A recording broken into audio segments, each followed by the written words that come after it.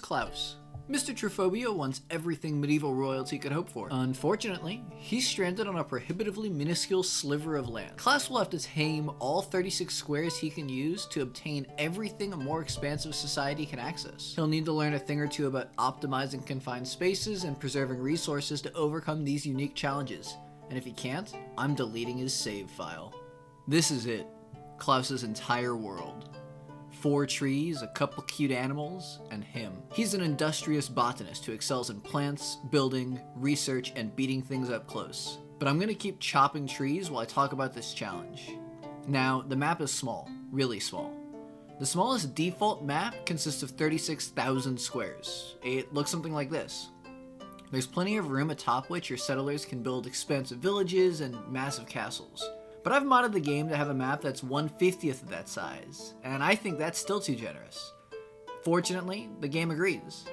Going medieval doesn't let you build, mine, or place anything closer than 10 spaces from the edge. That means Klaus has just a 6x6 space, less than a single building on traditional maps, to inflict his will upon the world using just what's here. This map's also too small for another villager, so he'll do this whole thing alone. We're playing on survival mode, but only on normal difficulty. Fighting off raids isn't really the main goal here. Instead, I have some pretty lofty accomplishments in mind. And just to make this a bit more challenging, we're not going to dig into the ground for any of this. That'd be too easy.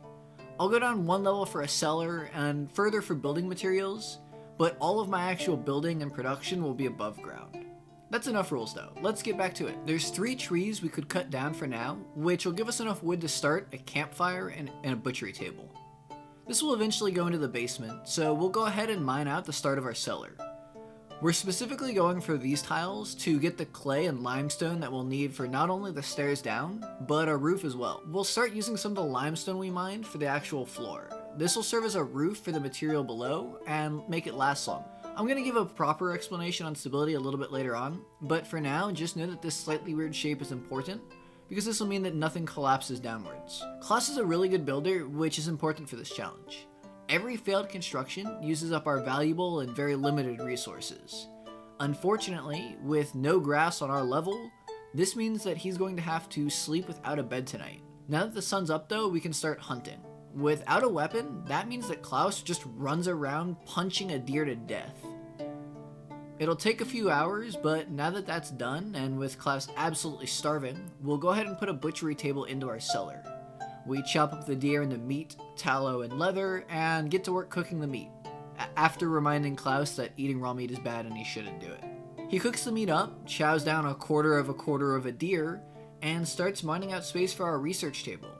Without the resources to really put in a second story yet, this is really important, and it's where our other stuff will go until we're ready for a library. Night's gonna go ahead and start to fall, but some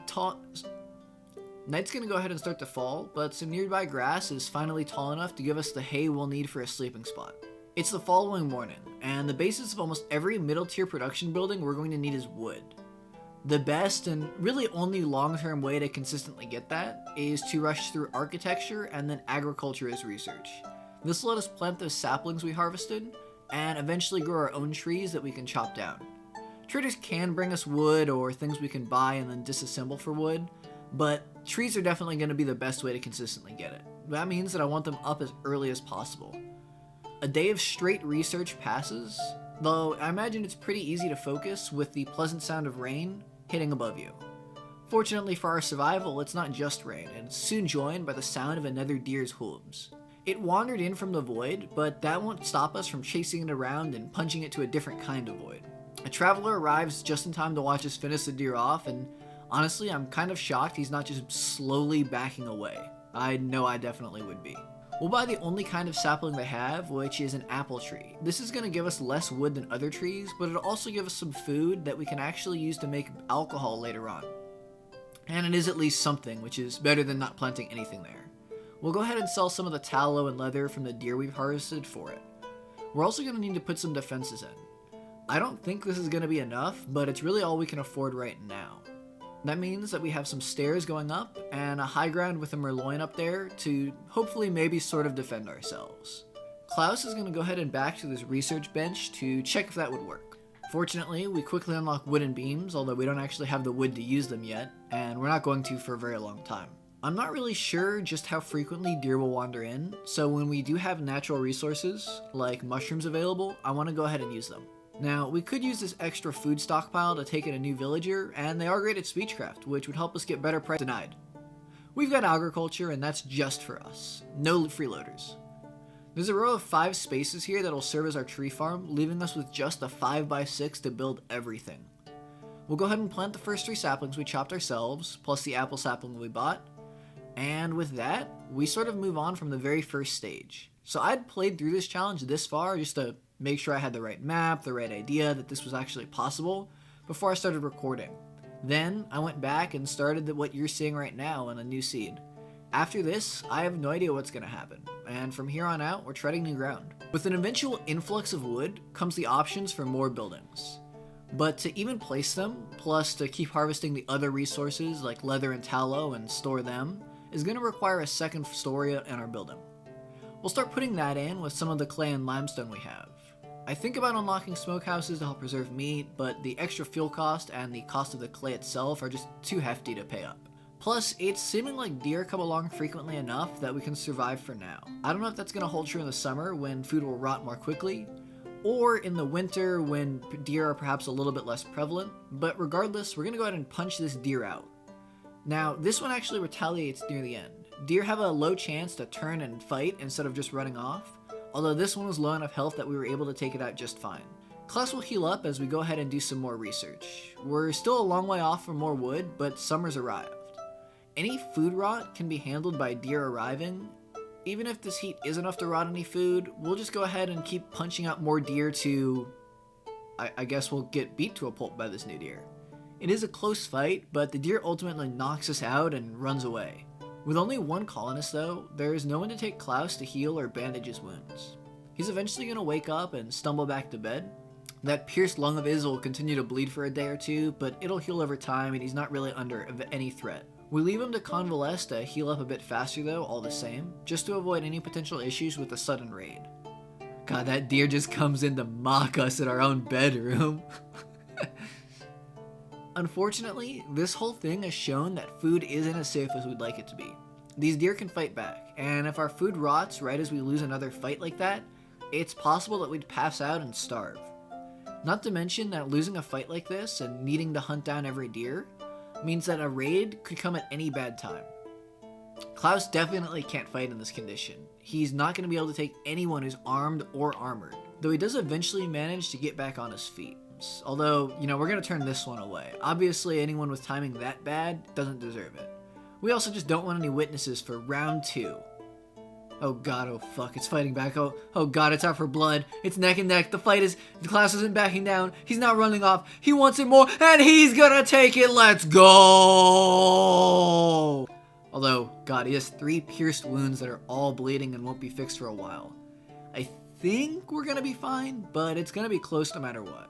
We're suffering from blood loss and we're pretty close to death, but Klaus is just barely gonna manage to hang on. Butchering that deer is gonna feel extra good for him.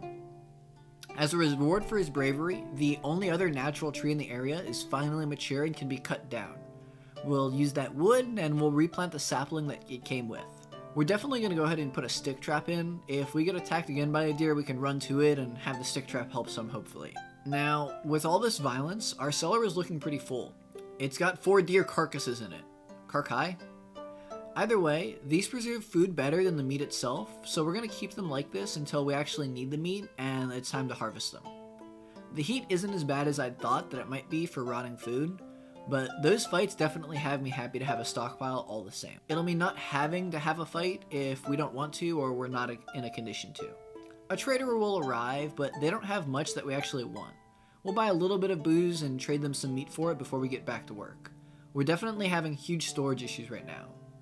Nearly every square we have is full or is needed to actually hold other resources, especially as we get to trying to mine down to get the clay and limestone that we'll need to build back up. We'll go ahead and mine out under our stairs to get the resources there, then rebuild the stairs so that we can actually get out of our cellar again. We'll go ahead and use those extra resources to finish our second story as summer continues to pass. With the threat of starvation largely out of the way, and our first set of trees ready to be harvested in the near future, we have opportunities to use the 120 research books we've accumulated. In a normal settlement, I would have long since used these, but in this one, I wasn't really sure what we'd be prioritizing. I think we're definitely going to go for wooden weapons though, although not for longbows. Fletching 2 would be nice, but the longbows themselves require a marksman skill of 10 that we just don't have. I think we're going to stick to melee at least for now. We're also going to unlock the next level of research bench, some basic furniture, ways to store and preserve food, and a tailoring bench. We go ahead and cut down the first trees, but there's not nearly enough wood for everything we unlocked. I did sort of miss recording the first tree going down, but Klaus is already hard at work replanting it and chopping the rest down. We'll use those sticks to finish our second floor. Huh. You know, I actually didn't see why I couldn't build here for a while. I even screenshotted it and you can see it on my screen to go ahead and post that in the Going Medieval Discord to ask, although I did eventually figure it out a little bit later on. For now though, I got to work on a third story almost immediately. The first thing though, like I mentioned, is that woodworking bench to make some melee weapons. The fights against deer are close, and if that's the case, we're going to need to handle raiders a lot better. The bench itself goes up, and we set ourselves making a wooden spear. The thing comes out sturdy, which will do just fine. It's a huge improvement over our bare fists. We're going to go ahead and put it to work on the deer and stab it through the stairs, I guess. Either way, the weapon's doing good work. We go ahead and deconstruct the weapons table to get some of our wood back, and then go out hunting with our spear again. It looks like we now 2 or 3 shot them instead of taking 10 or 12 punches, which is a huge improvement. Though, our cellar is almost full, so we have to juggle some of the stuff we have here around to actually fit the deer carcasses inside. Before we build another table, I want to add another story onto our building. We're still having huge storage issues, and I eventually want to really move past that. It's requiring a lot of just reshuffling things around. I do eventually manage to figure out the issue and realize that I had mined out the space below the floor in our cellar, and I built a wooden wall there to sort of fix it. The last of the wood is going to go towards putting in a tailoring bench on our new roof. The leather we've harvested will go to making new clothes here. Summer's already over, but autumn is fairly cool and we're already suffering from the cold. We won't survive the winter if we don't have something to show for it. That means that we're going to make some clothes and a cap. Although it's going to take a ton of time just to make one of these. Klaus works on it all day, save for a little break to eat, and he still doesn't finish until the next morning after a night's sleep. Eventually though, the clothes come out, and they're sturdy. Although that's not good enough for Klaus's discerning eye and rigid taste. He actually gets a bigger mood debuff from having ugly clothes than he ever did from being naked and cold on a crisp autumn morning. The hat itself comes out well, but it's not enough to make him happy enough in his new outfit. We're going to give it one more go by chopping up some of the other deer we have and trying to make another outfit. While we get to work on this though, I go ahead and start putting down a kiln after researching it. This will let us turn the clay we have stockpiled into clay bricks that we use just for making a forge, which will in turn let us melt down metal items and make our own metal weapons.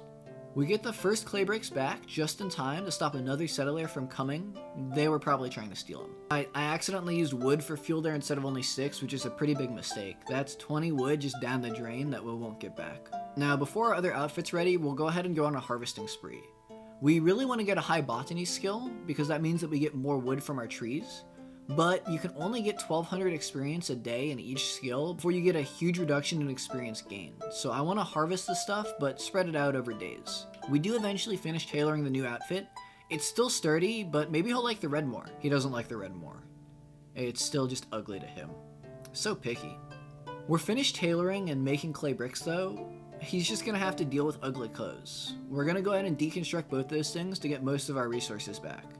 Unfortunately, this is just a necessity for both space and the resources themselves. A trader tries to arrive to take some of the resources off our hands. We go ahead and butcher most of our remaining carcasses to sell the leather, tallow, and meat. I really want to do this because this guy has some actual stuff that we can buy, like things that are made of wood and mechanical components that we can then disassemble. But unfortunately, this guy is just a little weakling who can't handle walking off with 190 kilograms of this stuff, so we're not actually able to sell him enough to buy both wooden traps. Instead, we'll have to settle for one. We're also going to harvest our last tree before winter arrives to get the last bit of wood we'll get. I want to forge to make metal weapons and eventually melt down metal items. This will involve going up, which is actually going to require us to go down first. Winter gives us the best chance for this, as we can sort of evacuate meat from our cellar, and things will be fine just because they're not being spoiled by the heat. I moved some of our meat up, some of our other resources up, clear the floor, and start digging down. Unfortunately, I don't think about the clay and where it'll go after I mine it, and so it actually drops down a level. This is going to require I use some of our precious wood for the actual staircase down. Still, this whole thing is eventually going to give us more limestone and clay than we'll use in the wood here, so it's definitely worth it. I am going to have to be a lot more careful about the spaces we leave open, because mined resources go to a very close nearby empty space. I'll go ahead and start putting in the next floor with this new limestone. Although, when I was doing this, I realized that I messed up my entire plan for the building the entire time. I had planned this all out, and then I built it the wrong way. The walls are supposed to go on the other side, so they're the 6 wide and not the 5 wide I have them on the sides that they are now. It'd be so much easier to do it all like that. Well, it's fine. I can't switch it up now without deconstructing everything, and I'm not starting over. We're just going to call an audible. And speaking of calling an audible, I don't know if you've heard about this way to never have to read again. Kidding, I don't have any sponsors to shout out. The roof goes in, although this story won't actually become an official room. Stairs downwards don't count as a wall like stairs upwards do. That's going to make putting in rooms even harder. It's also going to mean more reshuffling around. We finally move our research table out of the basement just before winter arrives, and with that out of the way, I can reshuffle my cellar around and finally move the butchering table over. I need to do this so that I can build a support column on the wall in the middle. That'll let me go ahead and build some more interesting and expansive floors up top. Before, stability was being a huge pain up there. We'll need to destroy and rebuild the wall above it to actually rebuild this. Now, for those of you that aren't familiar, stability starts at a base of 4. If you build upwards above something with a stability of 4, it keeps that stability. But if you build to the side, so for example attaching a wall to another wall without leaving a solid foundation under both of them, the one that's hanging will have a stability of 3. Do that again and it goes down to 2, down again to 1, and you can't build anything with a stability of 0. Because of that, putting in the floor here will cause the stability of this column to go from 2 up to 4, which is going to be really important later on. Now, we'll go ahead and expand our cellar a bit and start moving stuff back down. The extra space that we got will also let us start excavating below our cellar. This is again going to require some careful management and many stockpiles to haul out what we do as we go and avoid anything falling down. It'll also involve mining stuff out one space at a time. We're going to go ahead and build our stairs from this less valuable clay. All this prep gives us access to some more clay and limestone, and it's well worth it. One clay space in the ground is worth one set of stairs. We will have to go ahead and build a floor to untrap ourselves from this maze, but it's still well worth it. After one good night's sleep, we go back down and build the last stairs down. Now I only have to mine one more spot to equal this all out. We get to 3 nodes, but I do kind of waste one of them and put 33 limestone in a corner there. I'm not sure if I can get to it properly and dig it out without having issues with stability, but I'm not going to actually find out. I'm just going to leave it down there rather than risking everything coming down atop me. We'll haul everything back up that we can, although we are going to leave the stairs there for 2 reasons. I'm worried that deconstructing them will put the clay back down on the bottom level, which will make it pointless. And if I ever do want to come back down here again, having the stairs there means that I'll use less resources to do so. Just put some floors over the caverns and be good with it. I mean, what's the worst that happens if we build our tower atop ground with cavernous openings and ravines running through it? It's really stable. It's great for building 11 stories on. Trees can't grow in the winter, so we don't get any new wood, and there's not really that much to do. We do have all that new limestone and clay from all that digging, and we will use some of it, but I also need to save some of it for the future. This is a non-renewable resource, and from what I've seen, traders only offer clay and limestone bricks, and not actual clay and limestone. That means that some things that require the actual original material will require us to keep a stockpile of this for the rest of the game. I will go ahead and make a library by walling this floor in, and then using some wood for wooden bookshelves. This will not only help us with storage, because we can store 3 piles of books in one bookshelf that doesn't actually go on the floor and instead goes on the wall above the floor. It also gives us a 20% boost to research speed in the actual buildings that are inside the library. This extra space can't be understated, and the research speed is a nice buff too. That done, we immediately ignore our new library to go hunting some more.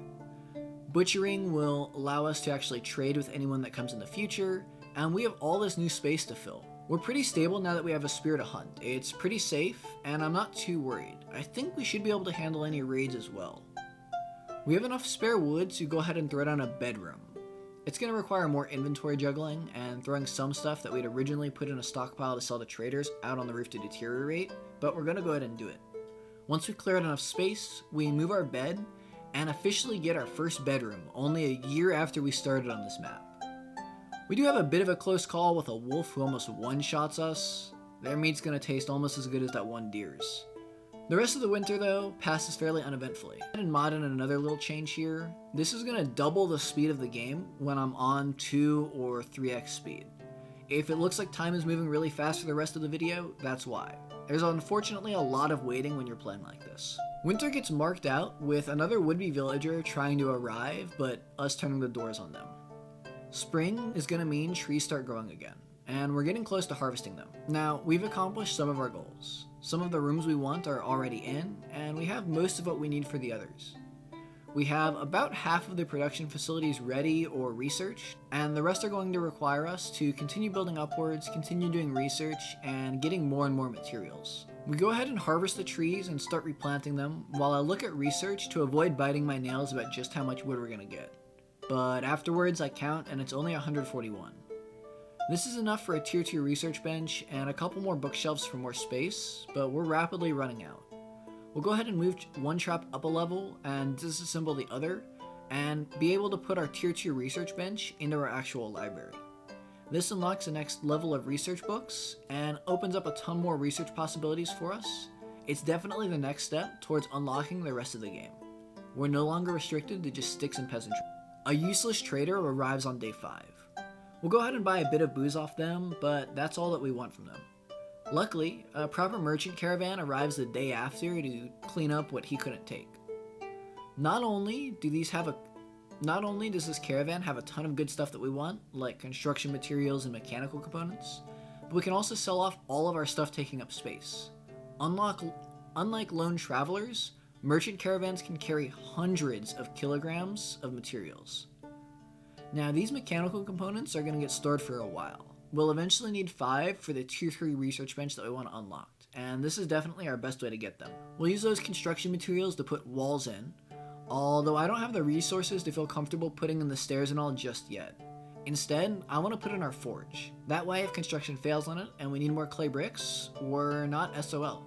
Unfortunately, the forge is a massive 3x4 building and can't go inside. It's just too big to actually wall in and also fit the stairs. Still, we'll leave it outside but roofed and it'll work just fine. This will let us make metal weapons and mechanical components if we had more smithing skill, although we are going to need iron or iron ingots for it. I think we're going to be able to buy some soon-ish, hopefully though. It's sort of reliant on traders. If we can't, we'll go ahead and melt it down from the gear that we get from invaders or traders that we decide would be more useful dead. Hopefully, I think. Although I'm starting to think that raiders might not actually come. I wonder if there's some sort of setting where you can't get raiders if you only have one colonist. Either way, we roof our forge in and say no to someone else who wanted to take a look at it. We do take another trader in, but they're also only able to carry a little bit, and we're actually going to have to sell some books instead of the meat and leather we'd like to sell, because it's very efficient, value to weight wise. This will let us buy one wooden trap to disassemble for another mechanical component, as well as a little bit of wood. And with that, spring's done. Summer arrives. One more tree's ready to get cut down and replanted, and we'll use this to make the stairs and the floor above.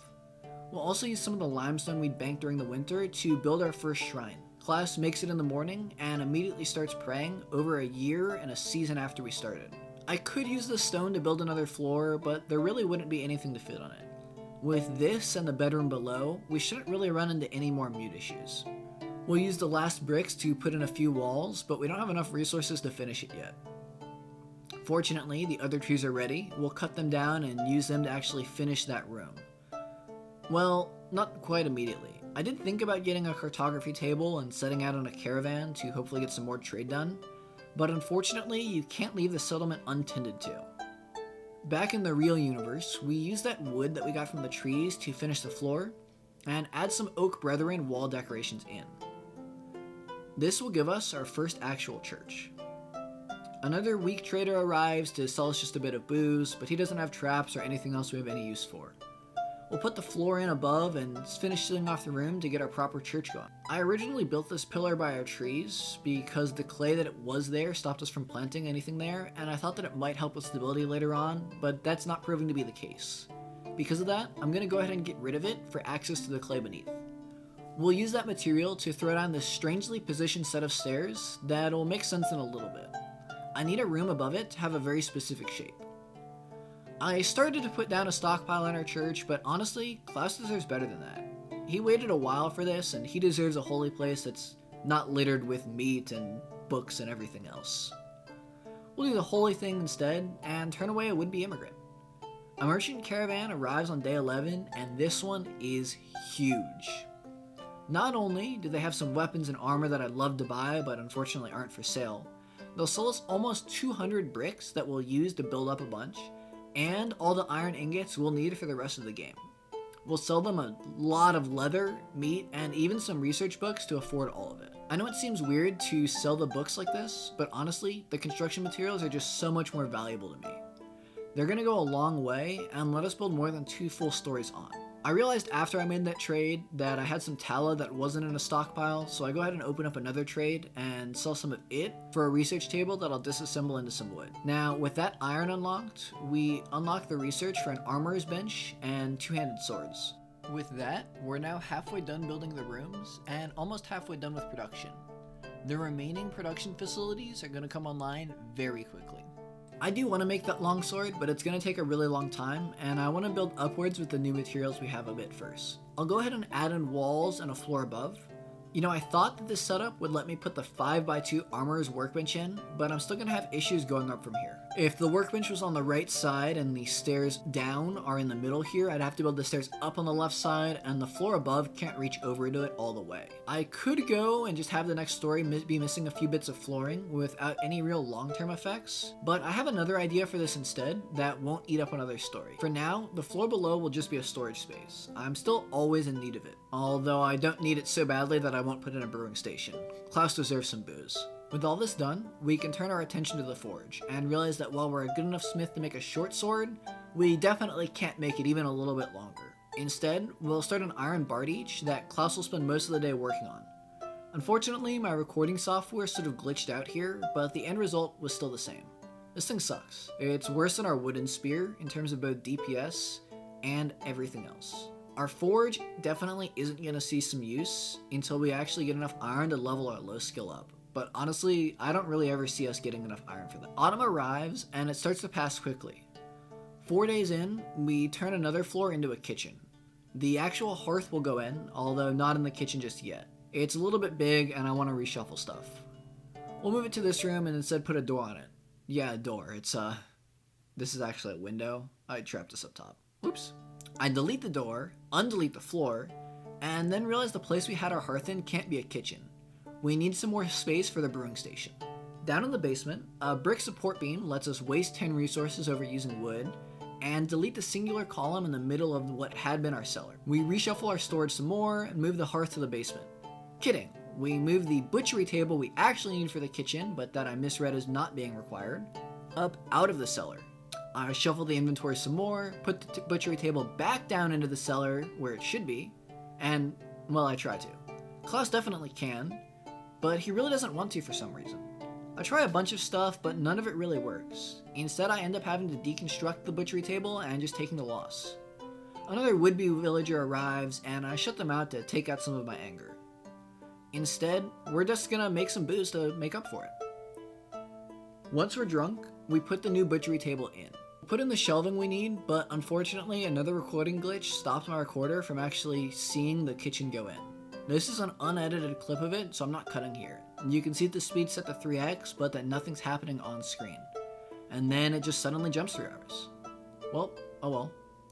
Another floor starts to go in as we get near the skybox. We put the stairs in, but we're again out of sticks. Butchering the local berry bushes will help with that somewhat. Another merchant caravan arrives, and we buy more bricks. This is going to be enough for the last 2 floors, though we don't have enough to roof everything in just yet. Winter arrives and passes quickly. More research and hunting consumes most of our time. A third of the way through the winter, I realize that I'm still cooking on the campfire we have and not the kitchen hearth that we have instead. I might be dumb, but Klaus hits 40 research that same day.